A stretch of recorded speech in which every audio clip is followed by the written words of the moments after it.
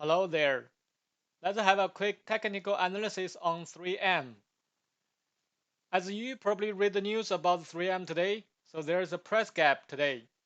And there are different types of gaps, as you can see here. Let me show you my chart.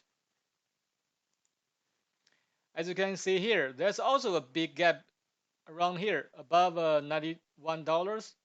And this gap is after this long downtrend. So this is at bottom the downtrend. This kind of a gap, we call it breakout gap.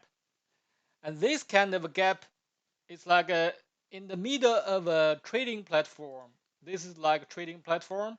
So this gap is in the middle. This kind of gap we call it relay gaps. So most of the time the relay gaps will be filled, but not the breakout gaps. So if you want to trade this stock, do not buy it as long as it's not fulfill the gaps. So when it's still above the gap, you could short it. When the gap is fulfilled, like this, then you could long it. That's a very simple strategy to trade the gaps, but it's in different locations. All right, that's all.